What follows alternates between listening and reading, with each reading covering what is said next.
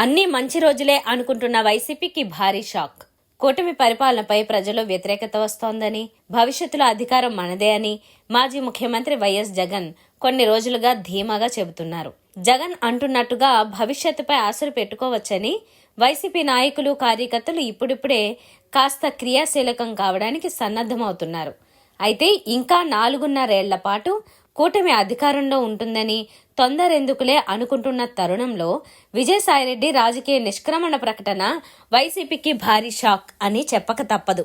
విజయసాయి రాజీనామా ప్రజల్ని ప్రభావితం చేస్తుందని ఎవరూ భావించడం లేదు. అయితే నైతికంగా పార్టీకి దెబ్బగా ఆ పార్టీ శ్రేణులు అభిప్రాయపడుతున్నాయి. వైఎస్ జగన్ కోసం జైలుకెళ్లిన విజయసాయిరెడ్డికి ఆయన 2 సార్లు రాజ్యసభ పదవి ఇవ్వడాన్ని గుర్తు చేస్తున్నారు. అందుకు తగ్గట్టుగానే విజయసాయిరెడ్డి కూడా నమ్మకంగా ఢిల్లీలో వైసీపీకి దన్నుగా నిలిచారు.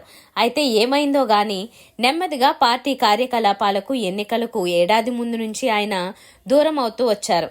జగన్ పిలిచి మాట్లాడడంతోనే మళ్లీ యాక్టివ్ అయిన సంగతి తెలిసిందే. ఏది ఏమైనా విజయసాయి వైసీపీకి రాజ్యసభ సభ్యత్వానికి రాజీనామా చేస్తాననే ప్రకటనను వైసీపీ శ్రేణులు జీర్ణించుకోలేకున్నాయి. దావోస్ ప్రతిపాదనలపై CM Chandrababu focus. CM Chandrababu Naidu దావోస్లో జరిగిన ప్రపంచ ఆర్థిక వేదిక సమావేశాల్లో రాష్ట్ర అభివృద్ధికి సంబంధించి ప్రాధాన్యత కలిగిన అంశాలపై దృష్టి సారించారు.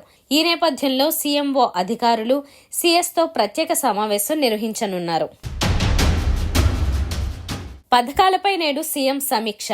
ప్రభుత్వం ఈ నెల 26 నుంచి అమలు చేయనున్న 4 పథకాలపై సీఎం రేవంత్ రెడ్డి నేడు సమీక్ష నిర్వహించనున్నారు.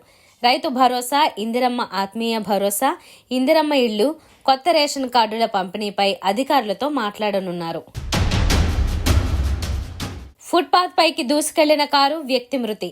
హైదరాబాద్ నగరంలోని బంజారాహిల్స్ లో ఘోర రోడ్డు ప్రమాదం జరిగింది. శనివారం తెల్లవారుజామున బసవతారకం క్యాన్సర్ హాస్పిటల్ వద్ద వేగంగా దూసుకొచ్చిన కారు అదుపు తప్పి ఫుట్పాత్ పైకి దూసుకెళ్లింది. దీంతో ఓ వ్యక్తి మరణించారు. మరో 2 తీవ్రంగా గాయపడ్డారు. నేడే భారత్ ఇంగ్లాండ్ రెండో టీ20. భారత్ ఇంగ్లాండ్ మధ్య చెన్నైలో ఇవాళ రెండో టీ20 జరగనుంది. కోల్కతాలో జరిగిన తొలి మ్యాచ్లో భారత్ గెలిచి సిరీస్ 1-0తో ఆధిక్యంలో నిలిచిన విషయం తెలిసిందే.